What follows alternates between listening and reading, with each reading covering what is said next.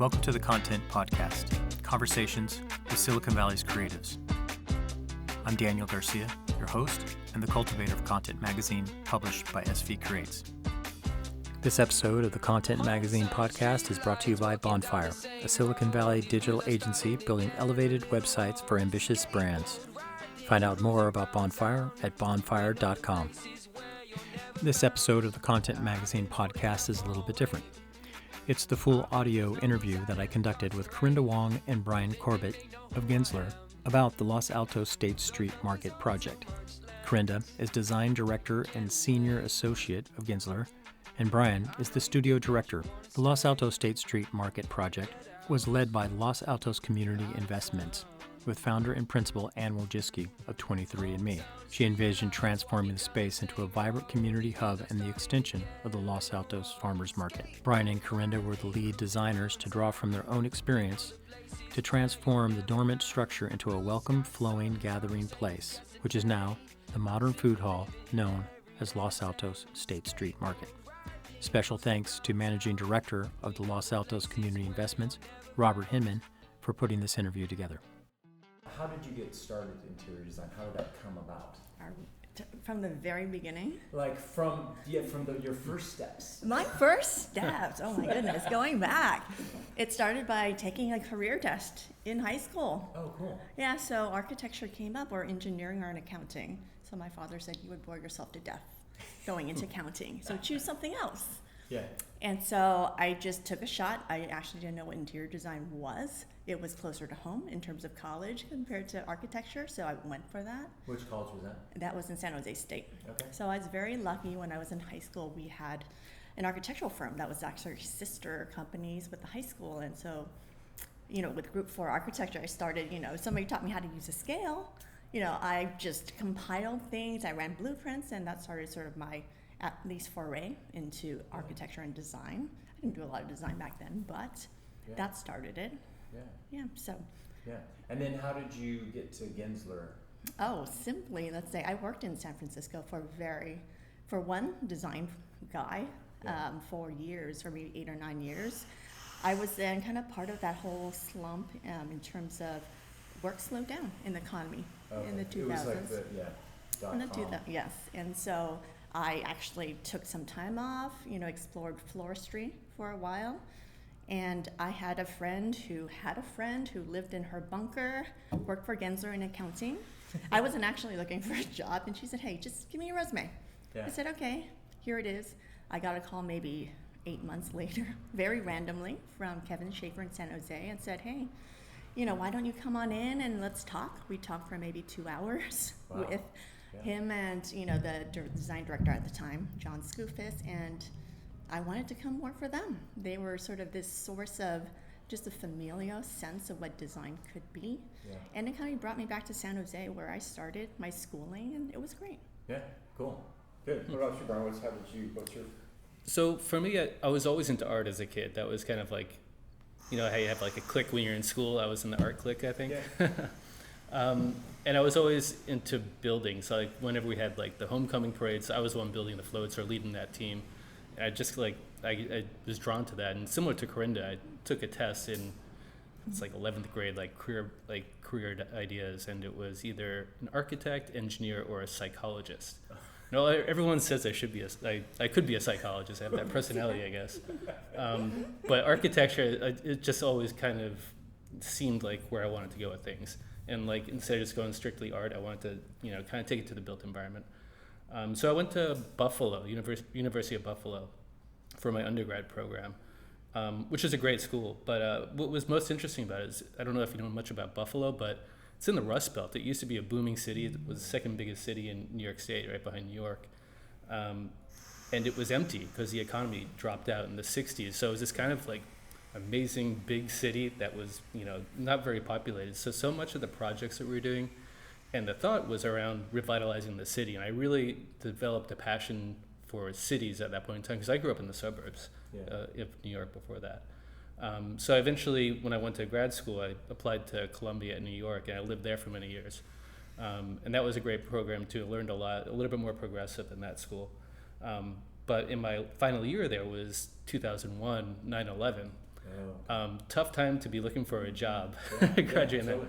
Yeah. But I was fortunate. I worked for I had a few internships doing high-end residential apartments, and then got a job with a professor doing schools and community centers, which turned out to be a really great experience. And so much of it I found out in New York, even though it's architecture firms, they do a lot of interiors, and that wasn't something that I'd really considered before.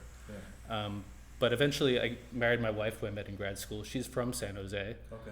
and she wanted to move out here after we lived in New York for a few years, so we made the trek. And I found, looking around for jobs, I found Gensler had a small office right in downtown. So I went in and interviewed. They were like 15 people at the time in that office. I guess it was really an outpost from when they were working on the airport. But they did mostly interiors. So I kind of pivoted my career at that point in time. But over time, I really fell in love with it and like making the impact on the spaces that people are in. Yeah.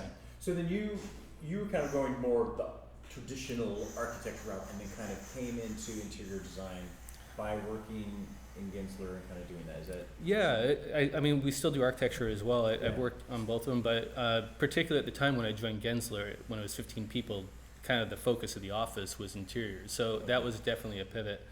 Yeah. But yeah, I mean, it's just another aspect of building design that, frankly, as the education, we don't learn as much about. It's something that I learned a lot more about on the job and really fell in love with. Yeah. And granted, but you were more kind of focused kind of interior design, kind of like throughout. Once you started. That was certainly my major. So Yeah. I think at San Jose, I think what was great is I started sort of my undergrad with a humanities program that was 2 years long, where you're locked in. Like you either had to complete it Oh. and actually gain your credits more than you would typically, or you would lose all your credits. I Oh, don't know ouch. the reason why, but I said okay, and it was so much like artist based and literature based. And when I learned about Goethe and Odyssey, my world opened up. It wasn't strictly just art and design, because I had fine arts maybe in high school, but I think the literature and that sort of crafting stories, I didn't realize meant so much until I kind of got into my career. Yeah. So that So part is what did great. you say? You said Odyssey, and what was the other one? Goethe. Goethe. Yeah, I'm sorry. yeah. So like Purgatory. Oh, Yeah, so all sorts of like old medieval sort of readings, and they were Yeah. sort of like epic poems that went on and Yeah, on yeah, and sure, yeah. on. And I feel like that's the story of everything I like, whether it's long soundtracks and music or big storytelling. You know, you want those like highs and lows in life, very Yeah. much like how you create anything. Yeah. Design just being one of those paths. Yeah. So then would you say even this here that we're sitting in this State Street project, would you say that kind of like poetic journey has influenced even what you do today as an interior designer? I think so. I mean, it's not quite as smooth as a poetic journey. I think life is a little more, a little topsy-turvy Yeah. at the time, but I think Yeah. it's certainly your path forward always is there, and you always have to see what the end is like. Yeah. Even though it may take you a couple of turns to get there, but I think that's always, our source is that we're trying to achieve like that best project impact. Now, certainly for the client, but Yeah. in these instances, it's for the community, and it kind of tugs at our heartstrings, and always has. Yeah. Yeah. So, Yeah. So like, okay, so this is opening. We're sitting here. It's opening today. Like it's soft opening. yeah. What is like your kind of like feeling of like ownership of what happens in the space? What do you guys kind of? This isn't on my list. So I'm going rogue on my. I think some of the ideas that we brought to the table that will have a big impact that I think we'd feel very proud of is the modifications to the Paseo and to the arcade to create that outdoor space. We think it's going to be really active and create a great street presence. But also that central space, and opening up that dome there was like, it was all closed in the previous iteration, and once it was opened up, it just created this amazing space there. So I think creating that gathering space both on the interior and the exterior, I'm very proud of. And my background is interiors, but I had such a big hand on the exterior architectural design of, and that part is quite fun for me, right? And the best pieces of that is when, you hear from the community, or Robert will tell stories like, hey, they always, people will walk by and they'll say, wasn't the building always like this? Wasn't it Yeah. supposed to be like that? So that fitting into that context Yeah. of that fabric of the community, I think is the best thing when people peer in and they're excited to see it and they're excited to have it be part of sort of their world. I think that's amazing. Yeah. Do you guys get that? Like you walk by a space and you go, oh yeah, I helped put that together. I mean, like, we don't. Kind of it's pride. funny we don't get to do it that often because so much of what we do is on, at least around here, is inside of office campus buildings Correct, or in campuses that are kind of tucked away. Yeah. And it has a really big impact on the workers who are there. And we love that as well. But these kind of projects that anyone can walk by, anyone can participate in, those are kind of our passion projects. And we've had a few, and I think those are the best, where we can actually have people that we work with come in and experience the work itself and what it's supposed to exude, and that part is great. Otherwise, it's in lockdown tech campuses that you're not allowed in afterward. What's some of the places that you've worked on that are public? I think the first one that we did was Hannah House.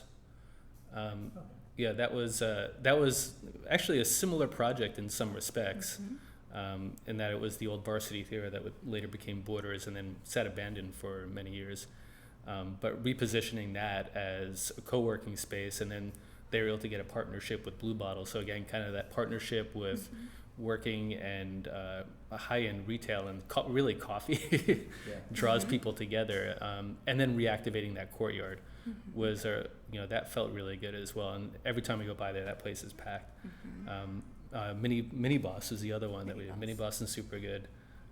Those are really fun projects, and those guys are great. And we've done a few other projects. I would say like Moment was, coming from our office. We were part of the original way back when. Yeah. So the Moment Street and That's San Pedro. storefronts. Oh, okay. Years That's right. and years ago, right? Yeah. So some of these take a long time to come to fruition, but it's great when you see people interact and the excitement there is when you bring life back to a corner or things like that, or especially spaces that have been abandoned. Hannah House was vacant forever, Varsity Theater, the corner where, super good and sort of mini boss. That was. transformation of like these vacant, underutilized spaces into something vibrant that everyone kind of loves and enjoys. Those are the fun projects. I think for it's sure. working with those clients that have that passion. You get caught up in it because they want it. It's something they love. They want to be the first one to reinvigorate something. Yeah. And you were like, I'm going to do everything I can to make that happen. And then I'm going to be one of those people that come. Yeah, Yes. It's funny. A lot of times I feel like we're designing for ourselves because it's like we really want this to happen. We want to enjoy it. If I don't want to go, that's a complete fail. Right. Exactly. Well, okay. So let's transition then. I do have some questions on that too, but let's transition to here the State Street project in Los Altos. What was some of the unique particulars about this space that was let's talk about some of the pluses and then some of the challenges that might have been there. And you guys can however you want to answer. I think the plus is that we were able to reuse the existing building, and that's probably a plus and minus. We can get into that. But definitely a plus from like a sustainability point of view to, it may have been cheaper to knock this thing down and rebuild it, but it would be a whole lot less sustainable, save a ton of carbon by just repurposing this. So that and also just keeping that authentic feel in Los Altos. I think there would have been a lot of hesitation to have something new and modern or potentially larger here. So being able to keep that same authentic vibe, but bring it back to life in a different way. I mean, there's been a lot of sort of sensitivity along that, so I think location was the first thing. Usually in architecture and design, when it's brand new, you're picking the right location. This location was already here. They had that vision that it would be an extension, the community extension, the farmer's market. And that created sort of those first triggers of what that storefront and facade could be, how that can invite people in. I think that was the initial sort of pluses, is that it's on that straight front and a pretty prominent corner that had been left open for opportunity for so long, and that was easy. That part was easy. It had the bones, it kind of had the bones, let's say, with a couple of, decades of modification, but the story within it would be just monstrosity, really tear it down. Well, I mean, the building itself is pretty interesting. I mean, it's kind of, it was like a one-story grocery store, like mid-century modern kind of, built in the 50s, and it was covered up later, added a second story and turned it into this kind of mission building. But what was nice about it is when Curtis was talking about the bones of it, that central dome that used to be there and like kind of that, it gave you that big grocery store feeling. when that was opened up, and it kind of just lent itself for this community space.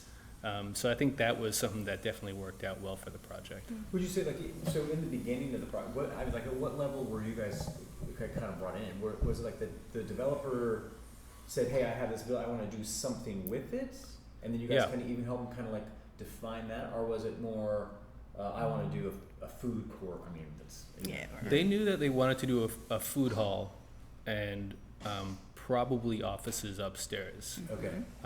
So they came in with a pretty good vision around that. In terms of like operation model and like specific program, that wasn't really figured out. But they came to us with that, and then we worked with them for a few months, really developing concepts. And like Corinda said, Anne's vision was really, she's a local Los Altos resident, and she loves that farmer's market there. And she really wanted to create this like permanent extension of that and have that same vibe.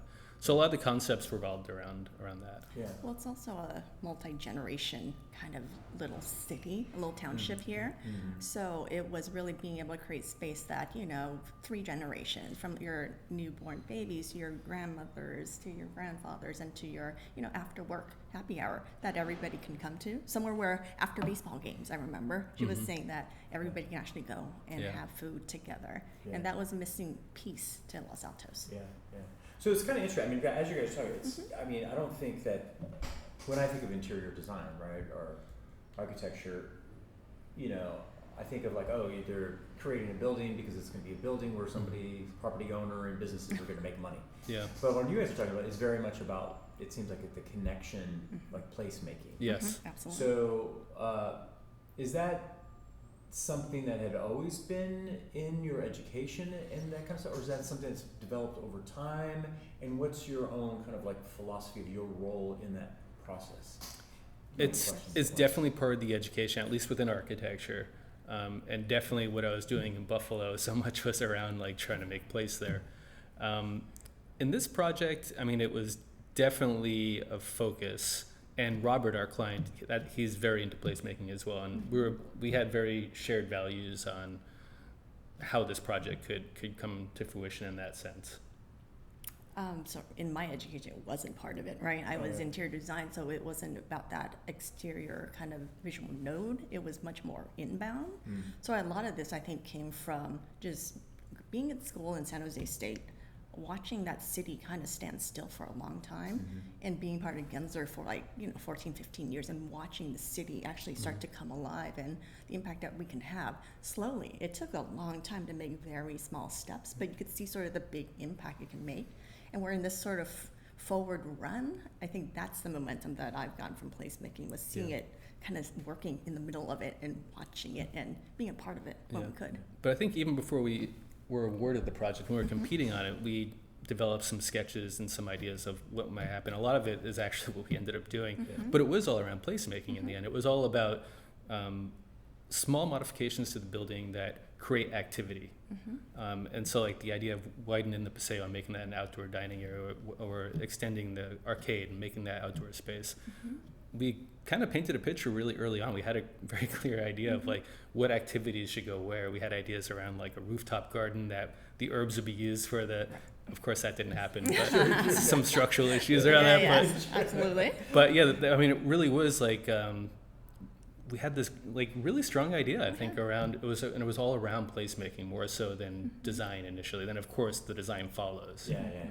I heard about this one architect, and I can't remember who he is. He's a local guy, but he'll even if he gets awarded a job, or he'll go and he'll camp out like on the site. Did you guys kind of come here often and kind of like try to get a sense of it, or what was that? We did. We came here a few times.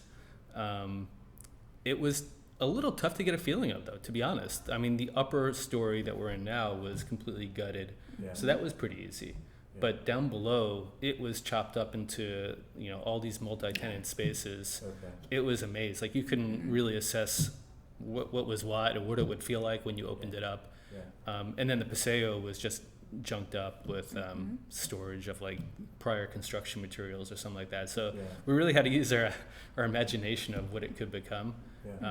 But once they gutted the whole building, once we were in the project, it really, we saw all the opportunity there as well. Yeah, I mean, Los Altos is maybe special or maybe non-special when it comes to a little city where there's parking behind, so access points to the building is from all over. Yeah. So I think the Paseo became a main park, so you'll see in different building blocks where there'll be just little aisles basically get from parking to the front street. Yeah. And there was that opportunity to really make that a place for people to stay. Yeah. Right, and we saw that success in sort of Palo Alto and Hannah House. That's where, you know, you open up something that seems semi-protected and people will just stay and sit. Yeah. And that This was is a great interesting. thing. I was just thinking about it when you talk about like that little corridor. There's a lot of the up and down, Yeah. kind of like El Camino, even in Redwood City, San Mateo, or it's the parking lot In the back back. and this little walkway. Even Los Gatos has that same Connected. kind of. That must have been some designers thought about Of that. urban planning, I think. I mean, Yeah. city planning. Yeah, in makes more sense. downtown San Jose too, we have quite a few of those, and we're adding them into some of the projects there as well, like City View Plaza that's cutting through as well. Was it? I guess it was because they at that particular time everything was in the car, right? So you want to have the car close, Right. but then you didn't want to cut up the main street. Hopefully everything that in it, right? Yeah, so you keep the fronts Yeah. basically pedestrian Yeah. friendly for the Yeah. most part. Yeah, I don't know what the origin of it was, but they make for great spaces. Yeah. If you could activate them, they feel really intimate and special. Yeah. So let's talk about then some of the things that you're really excited that have come out on this project. What's some of the things that you're like, oh my gosh, and like this is what we were thinking, and this is going to help this community, and in what way? I mean, like, just talk about the specifics on this. To me, I'll go back to the Paseo. I think widening that, cleaning it up, and kind of really making that a space, and also that pass through, that connectivity is gonna be a big deal. We had a soft opening on Friday, and that space was super well utilized. And it felt really good, felt activated, and then the front arcade. People are walking by on the sidewalk, and they are naturally drawn in there, and they want to be part of it. So those are the two big moves for me. What about you, Corinda? Yeah, maybe. So secondary tier, right? I mean, I love the idea of like design cues that give people this notion of, something to do. So adding simple things like adding awnings to the corner where it signifies, hey, it's retail. Come on in.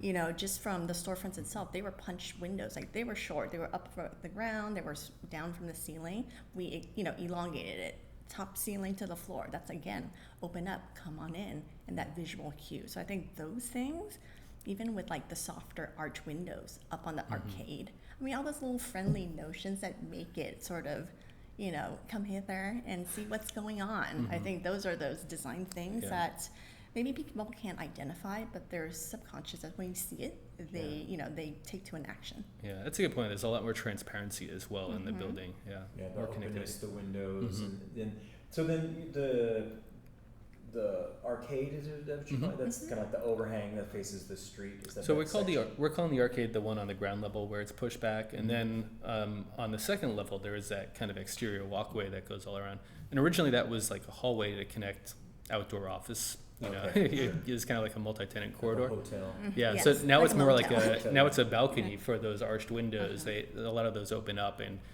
creates that indoor-outdoor connection for the office upstairs. Which after the arched windows, that office space looks so nice with the lighting. Yeah. We were kind of jealous when we saw it. So then you guys did. So the old front of this building was flat, and so you guys All the way pushed down. that back. Correct. Okay. Yeah, there wasn't a lot of opportunity when we initially looked at it for gathering spaces, and we knew we wanted, it was two things. We wanted gathering spaces, but also transparency.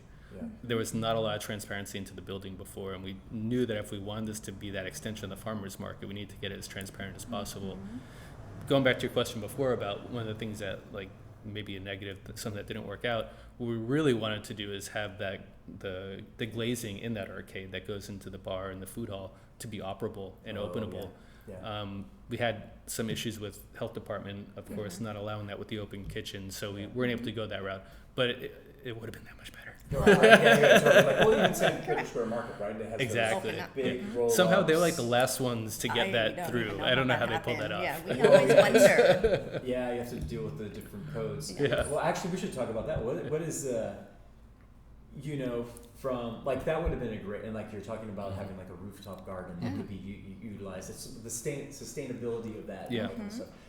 So what is it like then coming up with a concept and realizing, oh my gosh, this would be so great and then having to deal with code, health codes, building codes. Yeah. How do you guys navigate that kind of compromise and stuff like Yeah. that? A lot of those are, like the rooftop garden wouldn't have been a code issue. It was really more of like a structural issue, and it would have been possible, but everything's possible with money. Right. Yeah. So we need to pick our battles, in order to preserve the larger vision. So this happens quite frequently, even with our best projects. I think that even if everyone's really happy with it in the end, we know what it was originally going to be. Right. Totally. What the vision was supposed to be. And some of the things that got cut out, but. The rooftop garden, that died a pretty early death. But even the double height interior kind of barrel ceiling, we wanted to increase it more, right? Which meant kind of losing office space up above, and that was something that they just at financially the time for the project. So you're talking about the dome, the opening behind. If you actually look at it, you can see that it's asymmetric. The dome is not exactly. There's still a portion that wasn't opened up for that reason. They needed the office space upstairs, and we convinced them to get rid of some of it, but symmetry, would be a brilliant thing.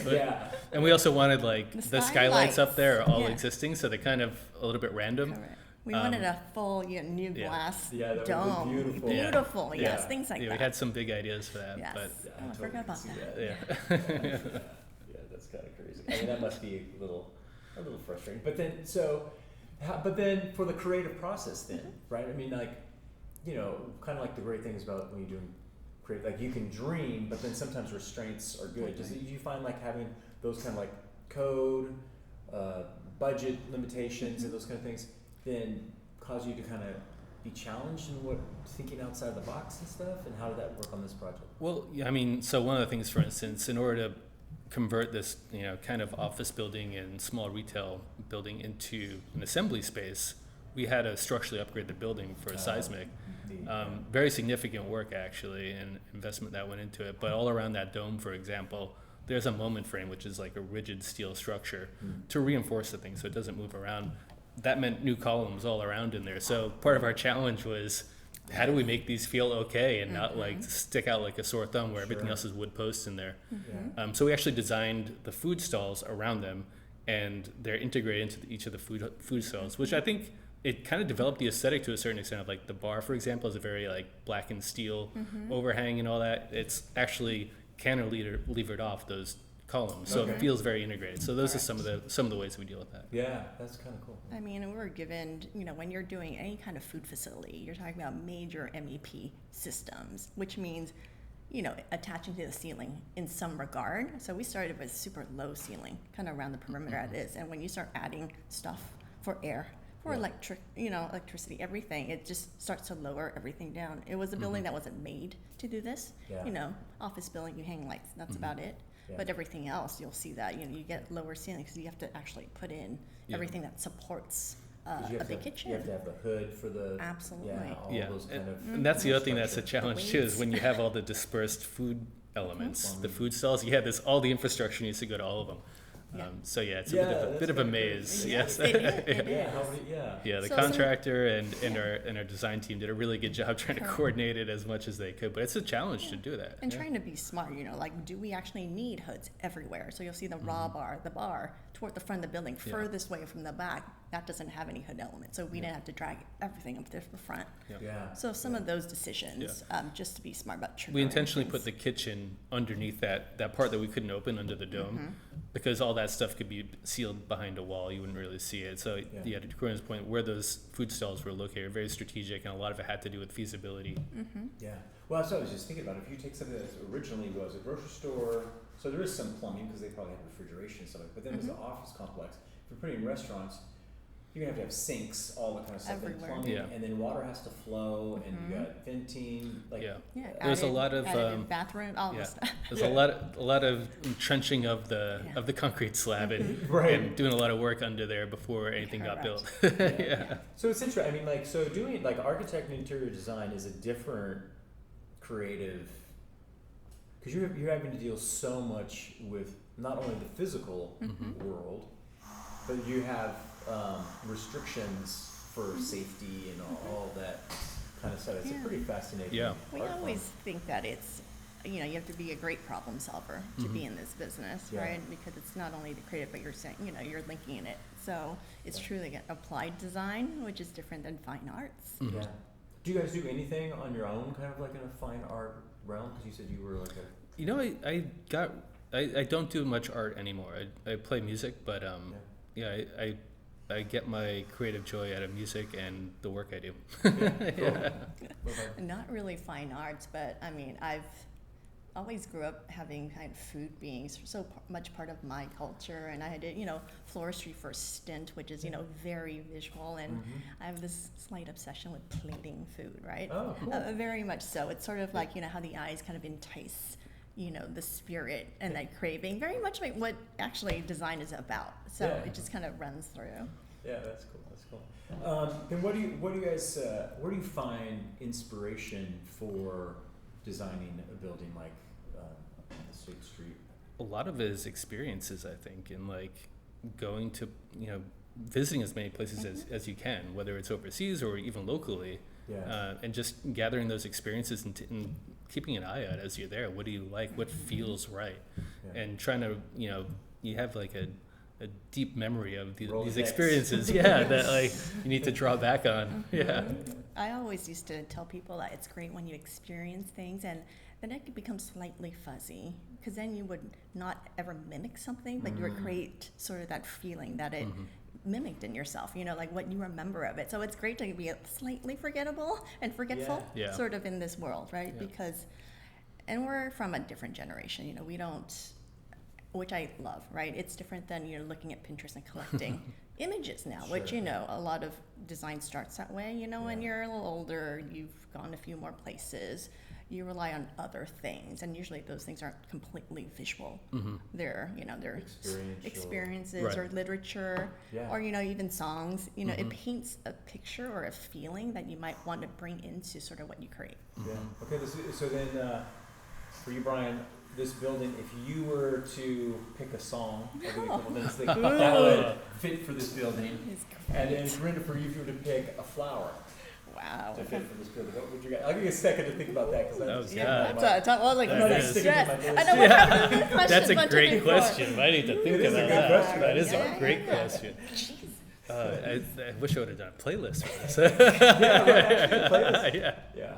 I mean, I have of course, the type of music you listen to is going to affect it. Some of the stuff that you say. Well, let's go. So whoa, that's a big one. Yeah, I need a flower for this. I think a flower might be. Is that a little bit easier than music? Well, it depends how much you go into it. There's a lot of different feelings that flowers evoke, I think. Yeah. I mean, I always think. I don't think maybe it's not quite here, but wisteria. I've always had this loving piece to it, because there's like this longing to, right, when it's hanging low, and it's different blossoms of blue. It's shifting in the wind. It always had this sort of, again, this kind of sad but longing kind of hope to it as it changes the season. And you look outside, there's so many trees and sort of those afternoon winds. I don't know. There's something super soft about it. It being sort of the invitation to sit underneath it, to smell the flowers. The same thing about here. It's like, come here, stay for a while. Yeah, so that's cool. Yeah, so then this, like, you kind of see this building as being a place to kind of rest and stop and stay. Because it's like kind of a tree, like a middle of a community. You want to sit under its boughs. You feel like a support system there. A strong but something safe, shaded, cool. Something that's been there for a while, that's going to stay. Yeah. So good. Okay, that was good. Yeah. There's my flower. I can't think of it. Just start talking and you it just comes. Yeah. I got to give you a rain check on that one. I really, this is a challenge now. So I was actually thinking that this is probably good. What style of music do you like? I like everything. I mean, I definitely lean towards rock, but I like hip hop and R&B. I like jazz. I like everything. Yeah.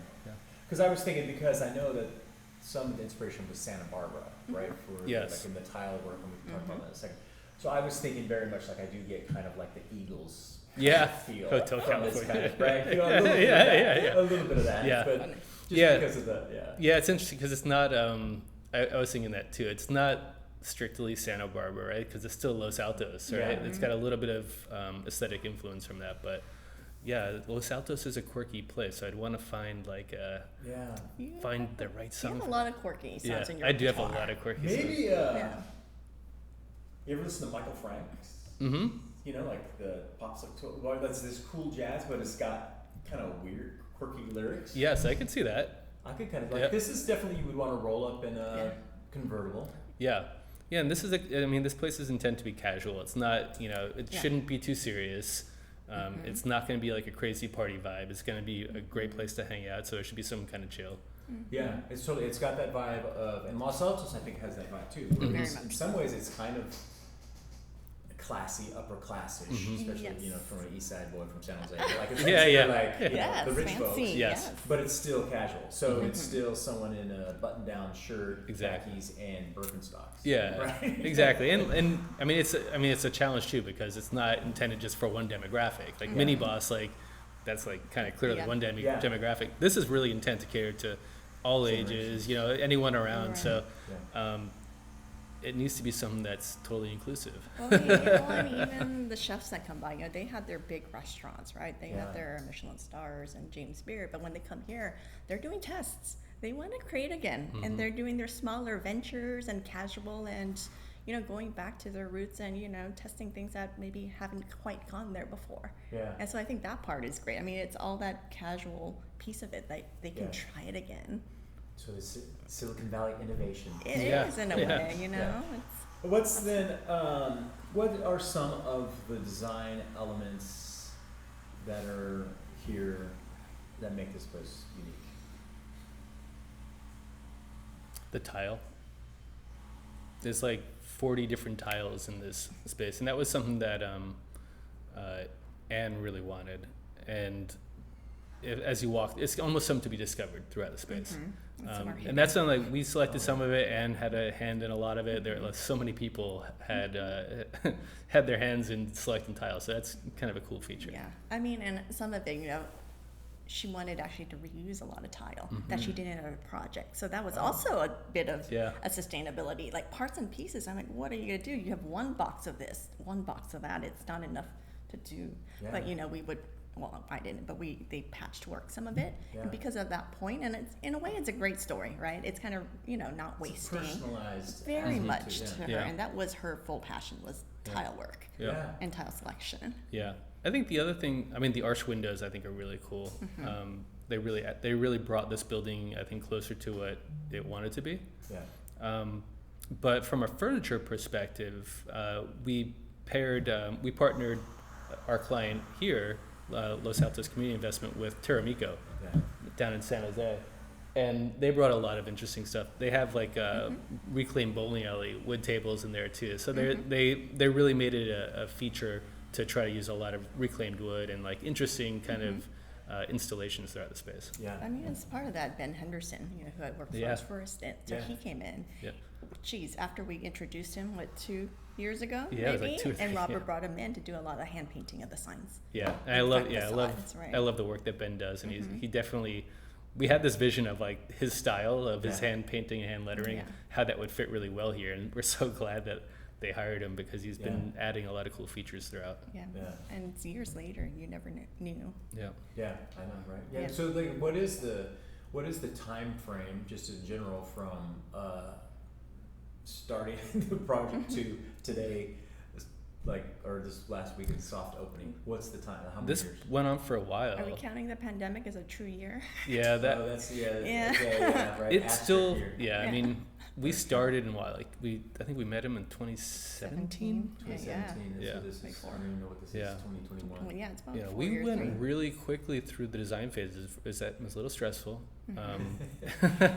Just stressful because it went so fast, or the demands were, It's- they gave you timelines? We're that you're used to like, fast schedules because like our Mhm. tech clients demand it, but this is a complicated building with like seismic Correct. upgrades and all the utilities and constant design, iterations and changes as like different ideas around food stalls come into play. Well, I do think because they didn't really have an operational model in play. Yes, exactly. And so when they do bring a food operator, there were changes because the way they needed to run the kitchen and the need for more kitchen, I think, became and then the partnering big with pivot of it. with Tracy as well and making edits for her. But yeah, I mean, so like for instance. That's actually a very big deal because like the food hall, like let's just use San Pedro for example, that's designed just in a way where each one of those tenants builds out their own space individually, and that's not the way this is done. This one we designed the whole thing with our client and then had to tailor it for Bon Appetit and then the partner chefs as well. More strengths, more Yeah. problem solving. But I think what I do like about it though is it has a unified look without being like too matchy, and it doesn't look so do it yourself, so it still has a kind of casual vibe, but it's our vibe.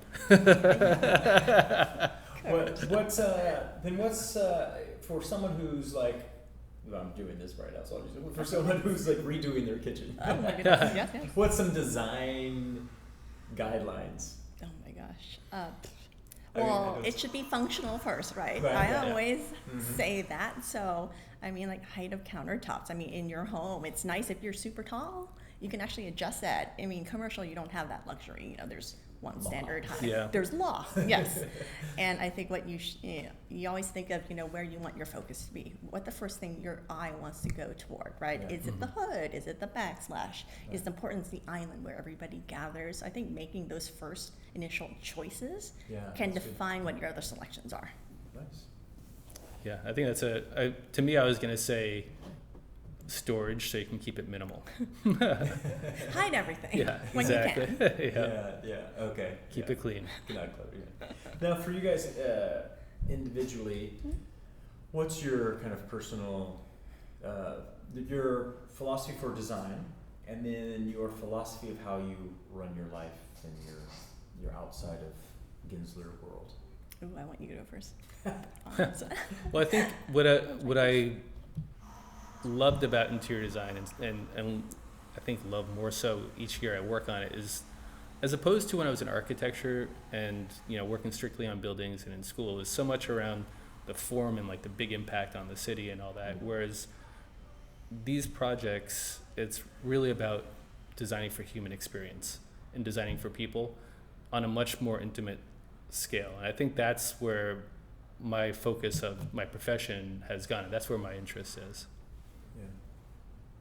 How does it affect your life and your philosophy? How's your personal? Yeah, what's your personal philosophy of life outside of work? What drives you and keeps you sane? Yeah. Well, I think having the creative outlets is important. I mean, that and family. And to me, it's always been a balance of. I don't know. It's a balance of my passion, my family, and my hobbies. Yeah. I don't know. Yeah. Okay, that's fine. It's your answer. You're like. Yeah, that's good. Yeah. Gosh. Professionally and then privately. Yeah, professionally, design has always been, goodness. I mean, personally, and it's because my life interweaves. My goodness, my career and my life are so connected that I'm a designer from every notion, whether it applies to space or anything else. Every choice, I love, every choice has a story, every piece I buy, and they're not expensive pieces, but pieces that are completely functional, but beautifully designed, like something that nobody would ever notice, but somebody has spent years crafting it so that you wouldn't notice. And I think that's the beauty of design, where you don't notice all the effort, but you get this immediate feeling, and you have no idea how long it took. It may seem super easy, and sometimes that's sort of this initial thought that people have, like, oh, that's easy, pick a few things, and it's not that easy, right? To be able to craft those moments that you just walk in, it feels right, takes that effort. And I always wanted that. I mean, I think my life is like everything in the backdrop in my mind probably is utter chaos, but like the outcome and hopefully the way I seem is like absolutely easy. Hopefully that's the case. And who knows? So then So you were saying like your kind of philosophy is driven by, I don't know, your life is kind of driven by design is for function, right? Function, aesthetics. Right. I mean, art is for a different kind of expression. I think the layer to design is that it needs to be functional, and that is a challenge that I think is even harder than fine arts, because you have to be able to pair the two, the creativity and the practicality in a matter. And then in a world where we're defined by gravity being one thing and law being the other. And I think to maintain that sort of creativity and that ease at the outer outcome after all that is an absolute challenge and an accomplishment, I think. Yeah, and it's crazy the amount of decisions that we have to make on a daily basis, right? So cool. Awesome. I think last thing, we got to do this. What advice would you give to somebody who's looking to get into a career into architecture and interior design? We're hiring. Yeah. I'll put your I know, personal just email right there. Yeah. Call now at Contact 1-800-JOBS. I think it's really rewarding. I think with automation coming our way, that's always I'm worried about with the future of the profession, and we're employing it more as a tool for the designers. But ultimately, I think where the profession's going to go will be more the creative outlet and the relationship building with the clients, and that's where the profession is ultimately going to have to go. It's going to be the design creativity and that client relationship, because I think a lot of the technical aspects and the drafting and all that is just going to become so automated over time. Because you can have a program that knows if you want to have a kitchen here, and you can set the size and the parameters, and it'll. Yeah, supposedly. We have software now that you can. It'll populate entire. Let's say an office floor. You could have a tower 10 stories tall, and it will populate the whole thing with desks for you, and you could change the layouts, and gives you all the counts automatically. So, and there's other softwares that do similar things with rooms but that's not design, right? That's an algorithm. It's counts. It's like a quick first pass. It's iterations, but it's not design. The thing that's missing is going back to human experience, like that Rolodex I was talking about, bringing that notion that you're trying to impart on the project about the experience you're trying to create. I don't think a computer is ever going to be able to do that.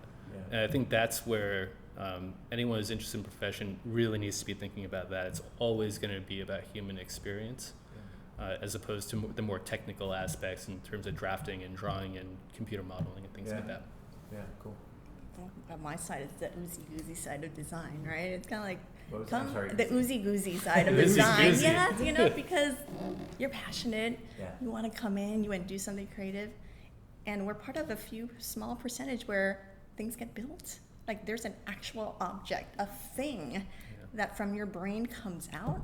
I think that's a small field in terms of manner of a career, and that you actually have to love it because it is hard work and your brain is constantly working and you're training it all the time, and innovation needs to happen and creativity has to happen, and that's not usually on a time schedule, normally, but the rewards of what you can create and seeing it and how people kind of experience that one moment where you get your first project and it gets built and you hear somebody say, that is that's amazing. It's definitely rewarding for that. There's not many professions that are that tangible at the end of your hard work. So that part is very cool. Cool. Also, last thing, what design trends that are happening now need to end?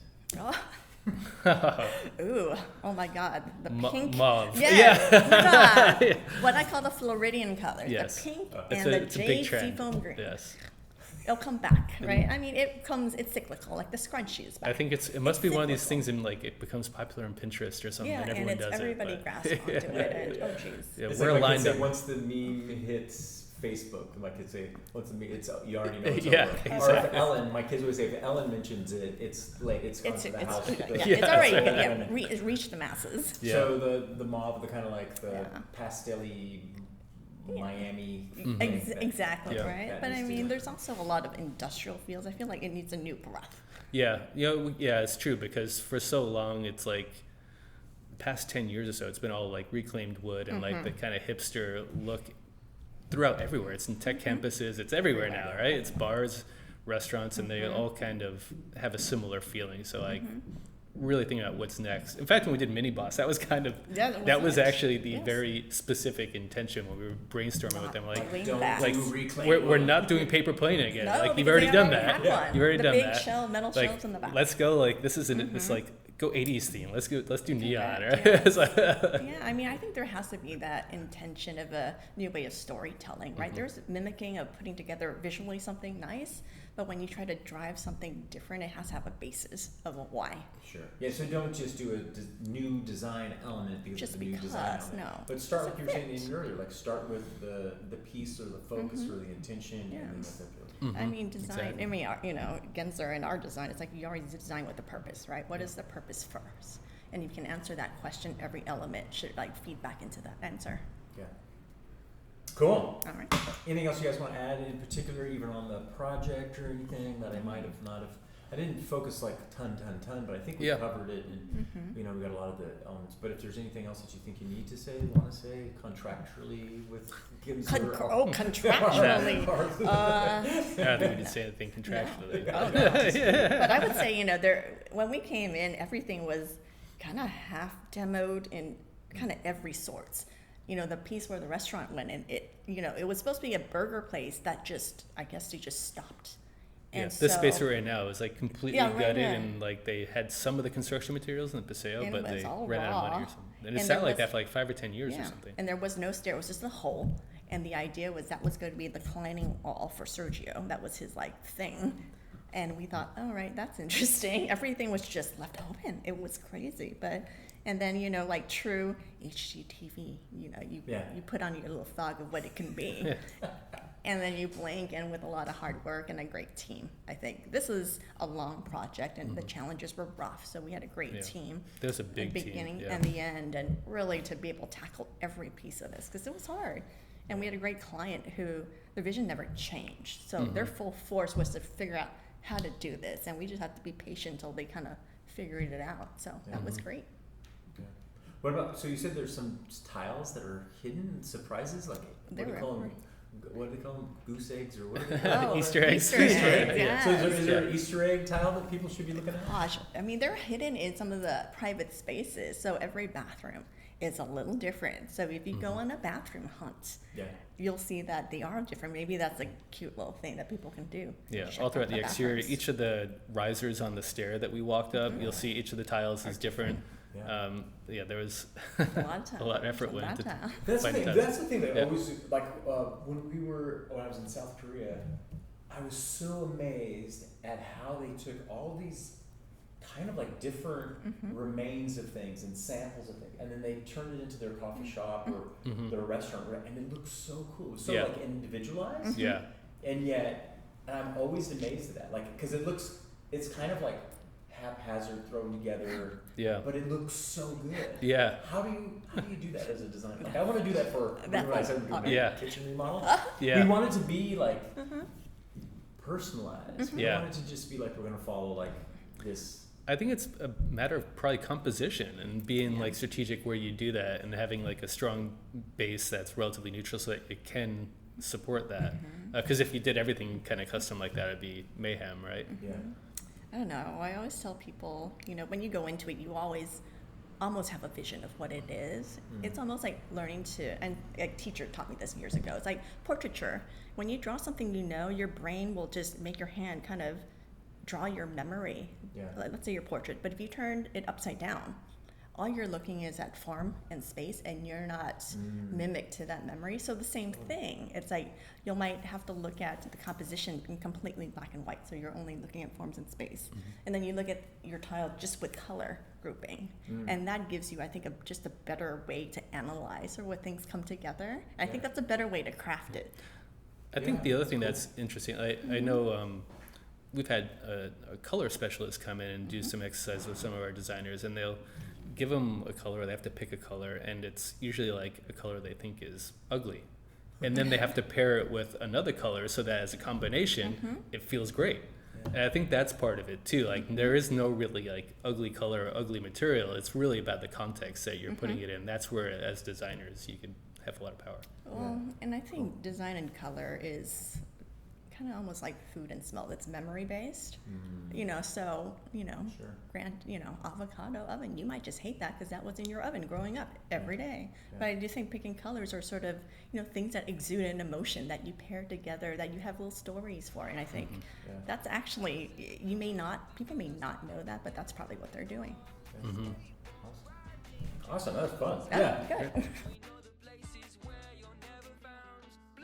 Find out more about the State Street Market at statestreetmarket.com and on their Instagram at State Street Market. Also, follow on Instagram Gensler San Jose and Corinda at Corinda Wong and Brian at BCORD0.